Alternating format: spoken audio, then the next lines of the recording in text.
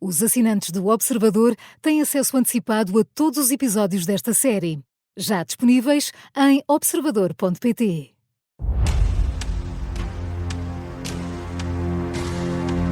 Segunda-feira, 4 de janeiro de 1984. Passam 269 dias desde o assassinato a sangue frio de Issam Sartawi. Alawad, o principal suspeito, está detido há vários meses no estabelecimento prisional de Faro. Já admitiu ser ele o responsável pelo homicídio, mas ainda é preciso conseguir uma condenação. Está tudo a postos para dar início ao julgamento. A sala do Tribunal de Albufeira é pequena. Não cabem mais do que algumas dezenas de pessoas. Apesar disso, consegue acolher vários jornalistas e até alguns curiosos. De Espanha, é enviado um representante da OLP para acompanhar todos os desenvolvimentos. O juiz entra na sala. Tudo decorre com normalidade, até chegar a vez de o arguido testemunhar. Ao longo dos últimos meses, Alawad tem colaborado com a justiça. Mas agora, alguma coisa está diferente. O juiz pede-lhe que se levante para dar o primeiro testemunho. O acusado troca umas palavras com a intérprete que lhe foi designada. É ela que anuncia que Alawad vai ficar sentado. Falar de pé num tribunal, explica, é o que fazem os criminosos. E afinal, ele garante estar inocente.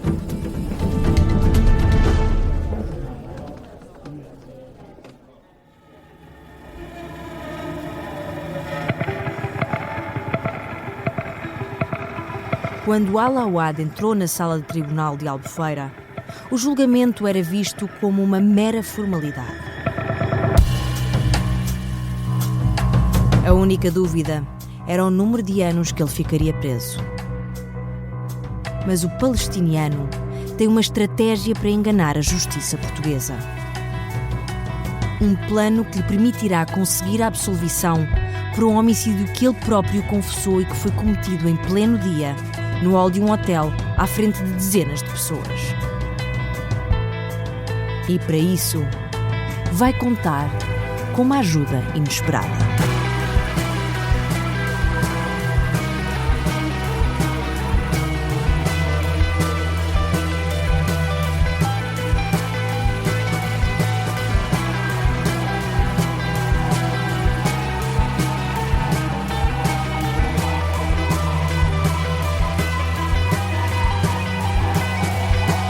Em 1983, Portugal a queima-roupa.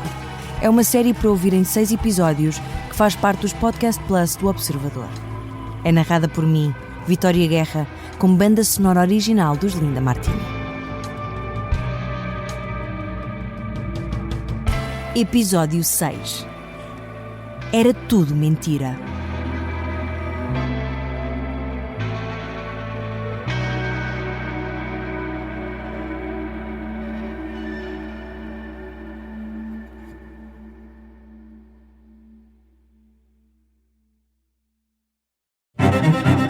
Na Kia, acreditamos que o movimento inspira ideias. E é a partir das histórias do passado que estamos a escrever a história do futuro. Descubra o novo Kia EV3, um SUV compacto elétrico com mais de 600 km de autonomia. Kia. Movement that inspires.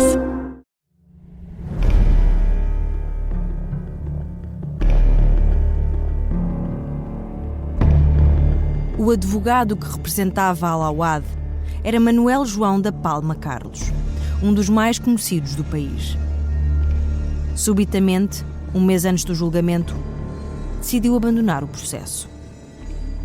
Durante vários dias, os jornais questionam o que terá acontecido para justificar a saída. Mas o advogado não demora a explicar o que o fez recuar em entrevista à RTP. Só podia falar com o Sr. Alawad através do intérprete. Um intérprete, segundo as regras que regem a Associação de Intérpretes, leva um preço tal que eu teria de pagar por cada sessão com o meu cliente, teria de pagar uma verba, ao fim de 10 sessões tinha de pagar mais de 100 contos, por 2 horas cada dia ou 7 horas cada dia, mas um advogado não pode expor todo o seu dia para estar a tratar só de um determinado processo. Além das dificuldades de comunicação com o arguido, Palma Carlos lembra que este caso obriga a uma preparação especial. Não são só as 600 páginas do processo.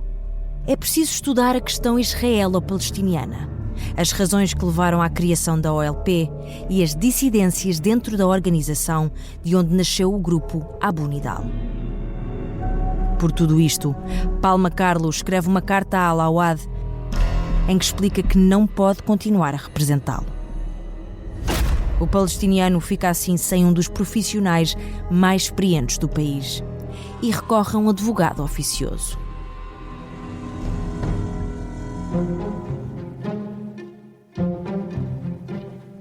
Depois de um sorteio entre os 11 advogados registados na comarca de Albufeira, o Estado português designa Fátima Pontes para defender Al-Awad. Tem 32 anos e exerce a profissão há pouco mais de 4. Mesmo que alguns a considerem inexperiente, já defendeu cerca de 100 de casos. Aos jornais, chega a assumir que está longe dos ideais defendidos por Al-Awad. Mas agora, isso pouco interessa. Diz que vai defender o arguido de forma escrupulosamente profissional. Com mais ou menos experiência, a partir daqui, Al-Awad vai ter de confiar nela. E não se vai arrepender.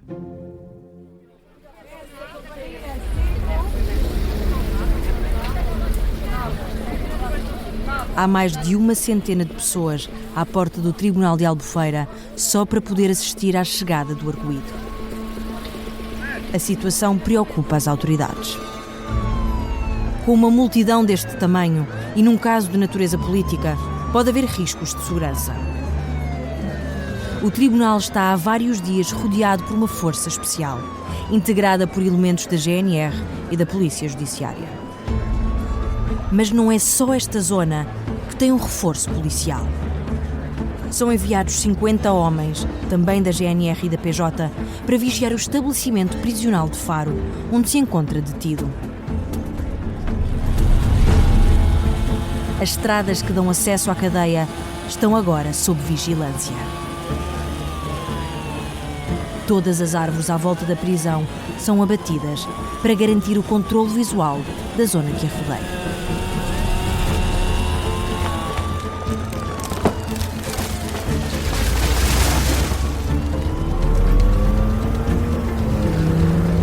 Al-Awad vem no carro celular, usado para transportar presos, e é escoltado por 2 jipes. Está algemado e veste calças de ganga azuis e um blusão de couro.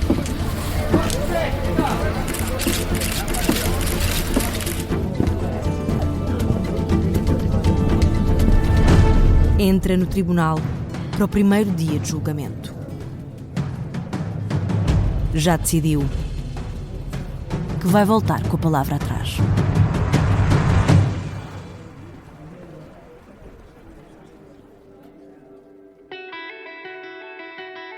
Al-Awad garante que está inocente.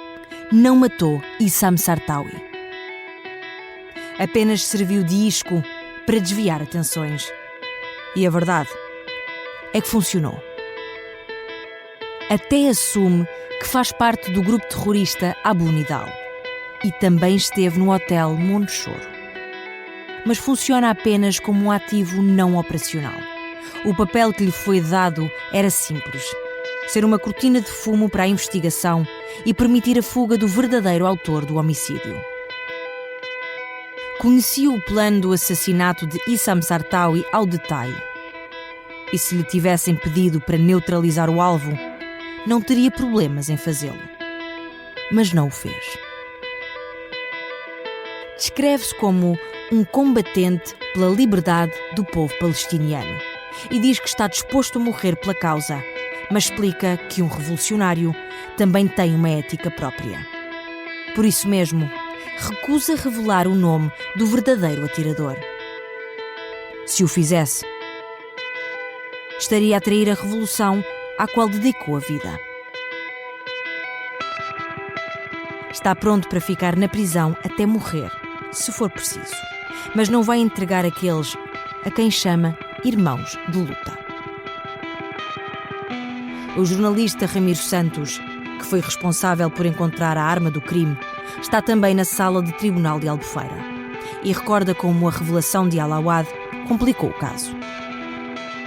Ele entrou como autor confesso do atentado, assumindo-se como representante do Conselho Revolucionário Palestiniano, do grupo extremista Abu Nidal, mas depois deu o dito por não dito. E, portanto, não havia provas materiais, digamos, de autoria do crime, porque a pistola que foi encontrada tinha sido escondida por baixo de um tronco de uma sebe, ao fundo de um jardim por onde ele tinha escapado, embrulhada num pano molhado para eliminar as impressões digitais. Tudo estava assente na confissão do arguido. Sem ela, sobram as testemunhas. Vão ter de ser especialmente convincentes para se conseguir uma condenação. E aí vai estar um segundo problema para o julgamento.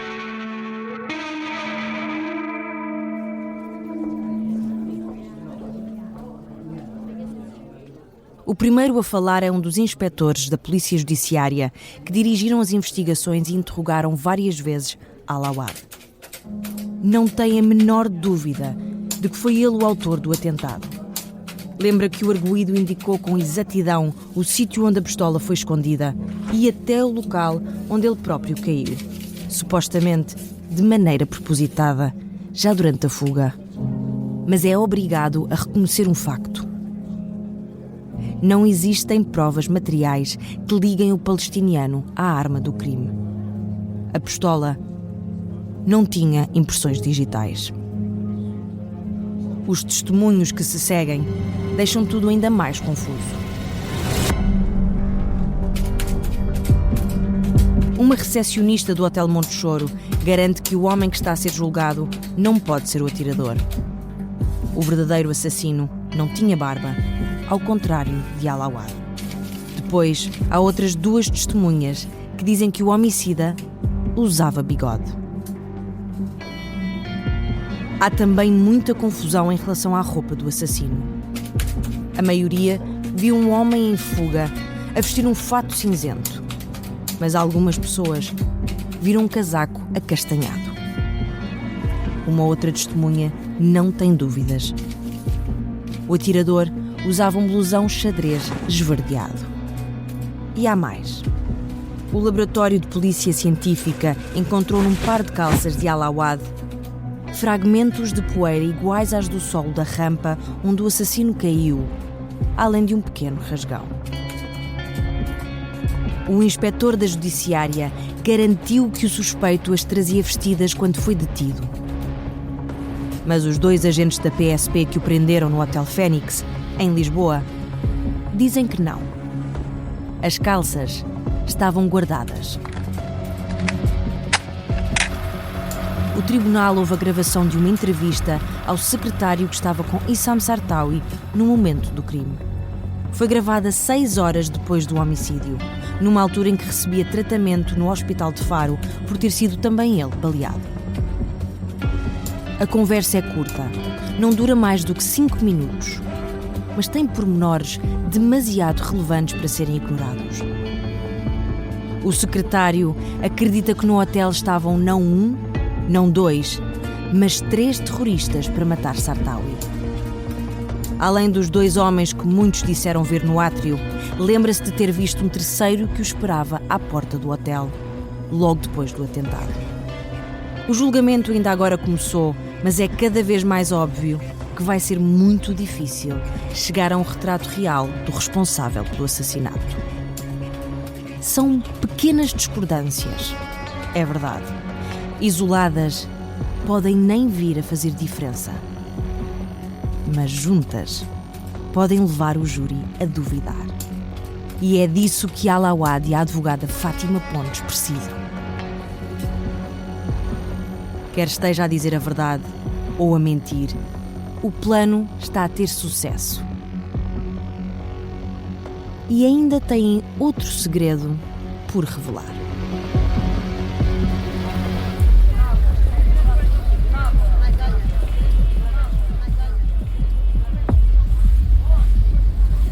O juiz anuncia uma decisão. Ao início do terceiro dia, manda evacuar a sala. Os jornalistas são revistados e são proibidos de levar para o julgamento gravadores, máquinas fotográficas e câmaras de televisão. A mediatização do caso está a causar demasiado ruído e pode influenciar a decisão do júri.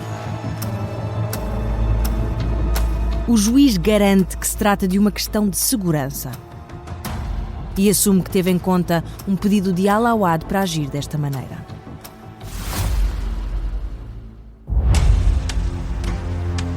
Na comunicação social, começam a surgir teorias alternativas sobre a morte de Issam Sartawi. Uma das principais aponta para um alegado comportamento estranho do secretário que foi baleado no atentado, mas sobreviveu. Por que não se deslocou a Portugal quando foi chamado a testemunhar? E onde está, realmente? A última vez que falou à imprensa encontrava-se na Tunísia, mas não é claro que, se o tribunal o quisesse localizar, o conseguisse fazer.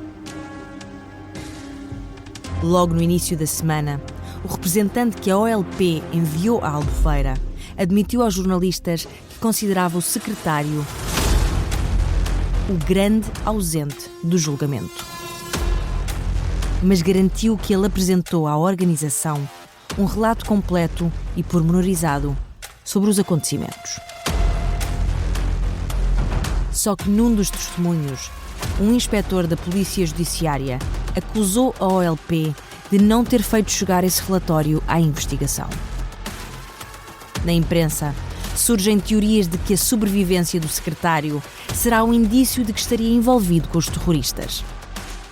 O tiro que sofreu poderia ter sido planeado para despistar eventuais suspeitas.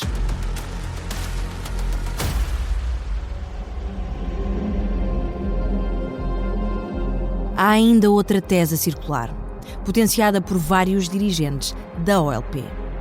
Não só responsabilizam Israel pelo atentado, como acreditam que o grupo Abu Nidal pode ter sido contratado pelos serviços secretos israelitas para matar Sartawi. Afinal, Issam Sartawi tinha inimigos dos dois lados. Tessa Shiskovitz explica que esta versão é plausível e que o grupo palestiniano até pode ter sido pago sem saber para quem estava a trabalhar. I think we have indications that the Mossad infiltrated the Abu Nidal group. Penso que temos indícios de que a Mossad se infiltrou no grupo Abu Nidal, porque evidentemente a Mossad, como todos os outros serviços secretos do mundo inteiro, tenta infiltrar-se nos seus inimigos. Portanto, isso aconteceu de certeza. A questão é saber se Israel pagou a Abu Nidal através de... Também é possível que eles não soubessem quem estava a pagar, que apenas aceitassem dinheiro e matassem pessoas porque pensavam que também eram os inimigos deles.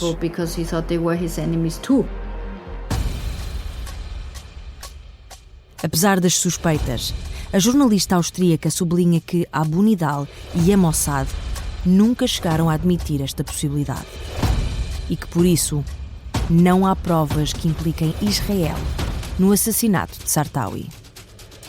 Nem esta teoria, nem a que liga o secretário aos terroristas, vai ter impacto no julgamento.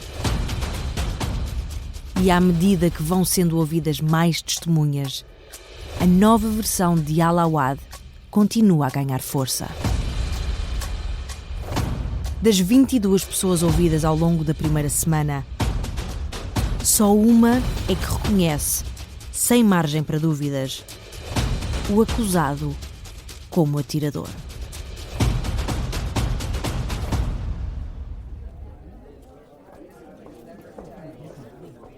É segunda-feira. Começa a segunda semana do julgamento. E arranca logo com uma surpresa. Durante meses, o arguido apresentou-se como Youssef Alawad. Mesmo quando já estava provado que o passaporte com que tinha entrado em Portugal era falso. De acordo com esse documento, tinha nascido em Marrocos, era comerciante e tinha 26 anos. Tudo isto era mentira.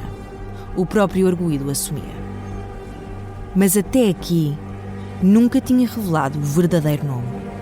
Chegou a dizer que não queria que a mãe descobrisse o que andava a fazer. Esta manhã, decide mudar de ideias.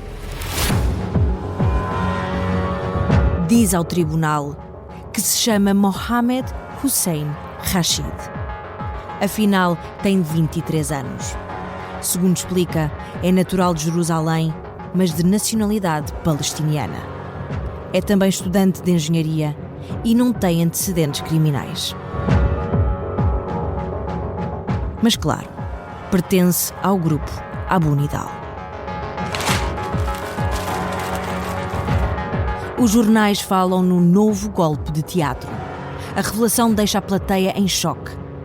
Mas há uma mulher sentada no público que não está interessada nesta reviravolta.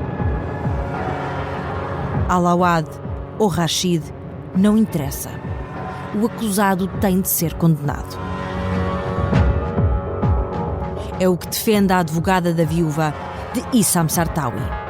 A cliente vive agora na Jordânia, mas enviou a representante tunisina ao julgamento. Está em Albufeira para lembrar o que realmente está a ser julgado. Não é a personalidade do arguido, nem os truques que planeou para desviar a atenção do júri. É o assassinato cobarde de um homem inocente. –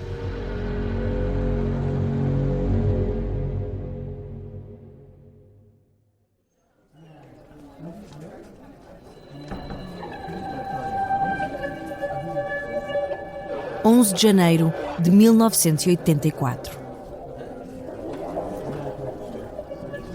Chegou o dia decisivo para Alawad, ou para Mohamed Rashid, como diz agora chamar-se. O Ministério Público e a Defesa já apresentaram as alegações finais. O procurador pede a condenação do arguido pelo crime de homicídio de Issam Sartawi e pela tentativa de homicídio do secretário dele. Usa as calças rasgadas encontradas no quarto do Hotel Fênix, em Lisboa, como a grande prova do crime.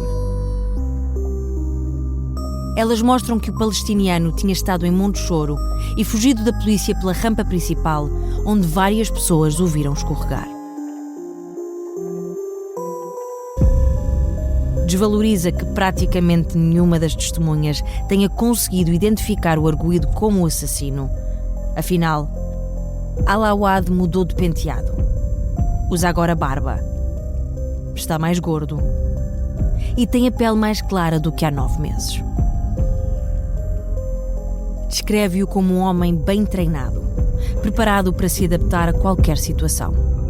Lembra a maneira como se livrou da arma ou como fez questão de ouvir música, e não rádio, quando apanhou um táxi para Lisboa. Agora, sublinha o procurador, é a altura de fazer justiça pela memória de Issam Sartawi. Mas a jovem advogada de Alawad tem um último trunfo para apresentar ao tribunal.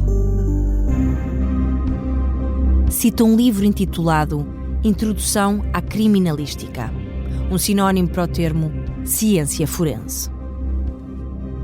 De acordo com a obra, os resíduos de gases disparados por uma arma introduzem-se na pele e não podem desaparecer, por muito que sejam lavados. Só saem depois de serem dissolvidos pelo corpo. E esse processo demora 48 horas. Os testes feitos a Alawad, logo a seguir à detenção em Lisboa, não encontraram qualquer vestígio de pólvora. E por isso, conclui Fátima Pontes, o homem que está a ser julgado e que está detido há 9 meses tem de ser absolvido e posto em liberdade imediatamente. Lembra também que várias testemunhas confirmam ter visto mais do que um atirador e garante que 7 homens de origem árabe saíram do país poucas horas depois do crime, mas nunca foram localizados. Fátima Pontes acusa as autoridades de terem conduzido uma investigação apressada, cheia de falhas e omissões, mais preocupada em apresentar um bode expiatório do que em apanhar o verdadeiro culpado. Depois da última defesa da advogada, Alawad declara-se inocente.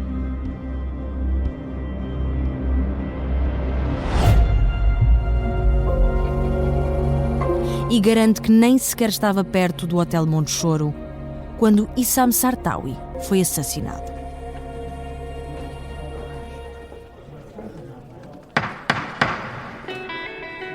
Às 19h45. O juiz Norberto Brito da Câmara lê a sentença. Os jurados decidem absolver o arguido pelo crime de homicídio.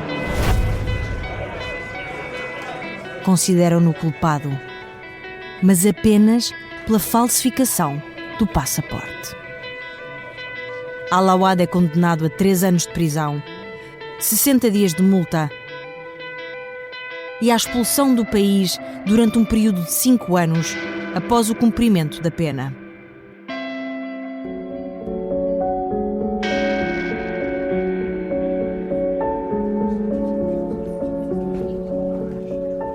A notícia é recebida com surpresa pela imprensa, que nos dias anteriores dava como quase certo que o palestiniano fosse responsabilizado pela morte de Sartawi.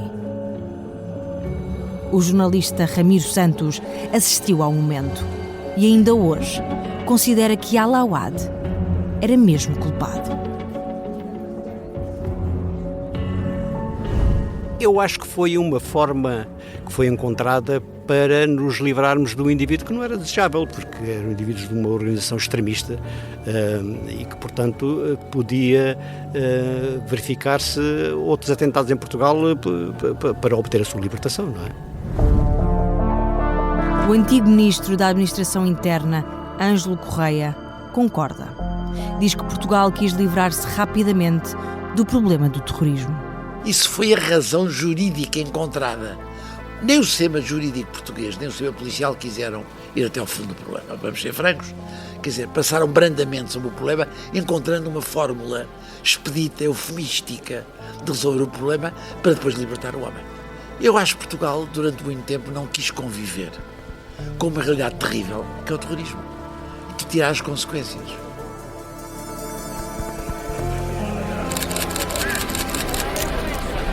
À saída do tribunal, Alawad é recebido novamente por uma multidão antes de voltar a ser transportado para o estabelecimento prisional de Faro. Através da advogada, manda dizer aos jornalistas que os portugueses são um povo bom e compreensivo e que vai pedir ao grupo Abu Nidal que suspenda todas as operações no país. Diz que em qualquer outro tribunal europeu ou árabe teria sido condenado a 20 ou 30 anos de prisão. Mas que aqui foi tratado como um ser humano.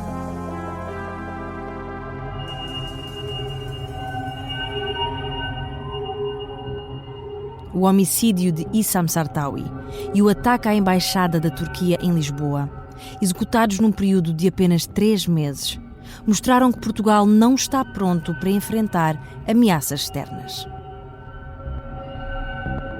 Preocupado, o Presidente da República, Ramalho Eanes, apela à criação de um órgão sem caráter policial que detete ameaças à segurança do Estado e passe a informação ao Governo. Portugal precisa de serviços secretos, à semelhança do que já acontece em praticamente todos os outros países europeus. O Governo concorda. Ainda em 1984, é publicada a lei que cria o Sistema de Informações da República Portuguesa. O documento prevê a existência de 3 novos órgãos: o Serviço de Informações de Segurança, ou SIS, o Serviço de Informações Estratégicas de Defesa, SIED, e ainda um Serviço de Informações Militares. Mas só os 2 primeiros, o SIS e o SIED, é que vão avançar, explica o Coronel Francisco Rodrigues. Portanto, SIS é aquilo que a gente chama o Serviço Interno, Serviço de Informações de Segurança, e tem a ver com o quê? Tem a ver com tudo aquilo que são as atividades no interior do nosso espaço geográfico, portanto, continente e ilhas. Tudo aquilo que possam ser ameaças à nossa segurança interna. O SIED, por sua vez, tem a ver com tudo aquilo que são as informações necessárias, digamos assim, à proteção do Estado, à projeção dos interesses do Estado português no exterior, a tudo aquilo que se passa fora das nossas fronteiras geográficas. No fundo, o SIS é a versão portuguesa de serviços como o FBI. E o SIED assemelha-se a órgãos como a CIA e a Mossad. –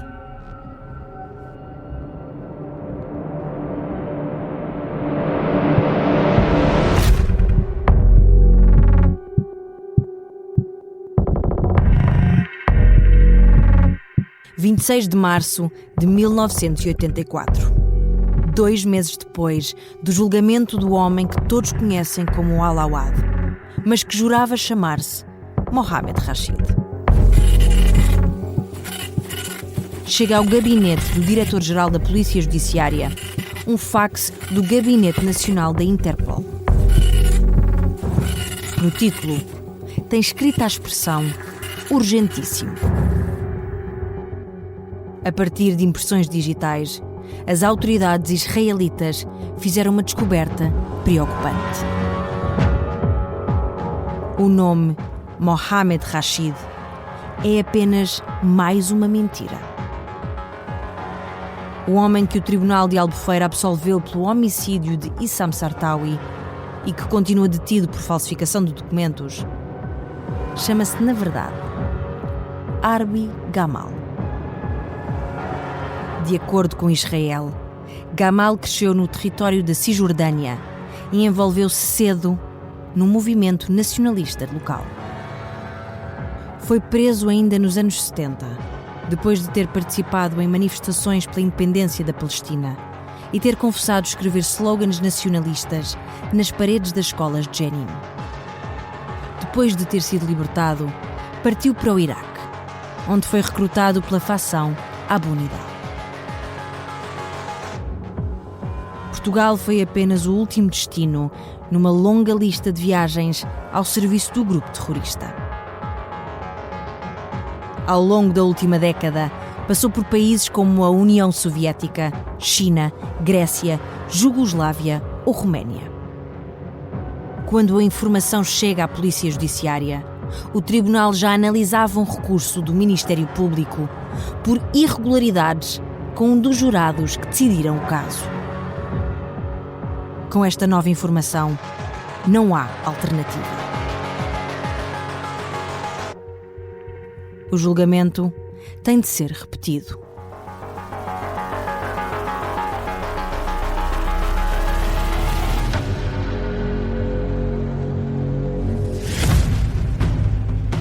O processo arrasta-se até 1985, mas as fragilidades da acusação mantêm-se. O arguido até pode estar a mentir, mais uma vez, sobre a verdadeira identidade. Mas sem provas concretas, volta a ser absolvido.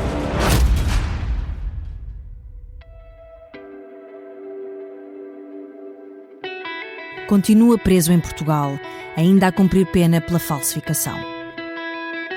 É elogiado pelos guardas que o vigiam pelo bom comportamento.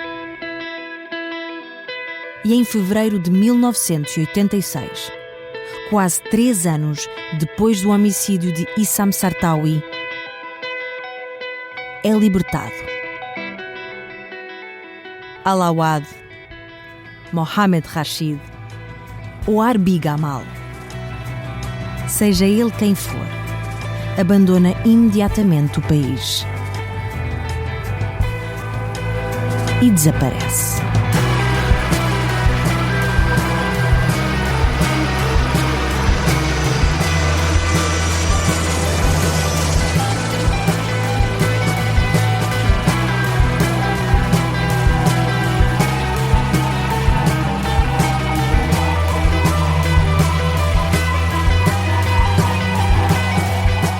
Em 1983, Portugal a queima-roupa. É uma série para ouvir em 6 episódios que faz parte dos Podcast Plus do Observador. É narrada por mim, Vitória Guerra, com banda sonora original dos Linda Martini. O guião e as entrevistas são de Vasco Maldonado Correia. A sonoplastia e o desenho de som são de Pedro Oliveira. O design gráfico é de Miguel Ferrazo Cabral. A edição é de João Santos Duarte e Tânia Pereirinha. A coordenação é de Miguel Pinheiro, Filomena Martins, Pedro Jorge Castro, Ricardo Conceição e Sara Antunes de Oliveira. Neste episódio, ouvimos sons retirados do YouTube. Podcast Plus do Observador. É mais do que um podcast.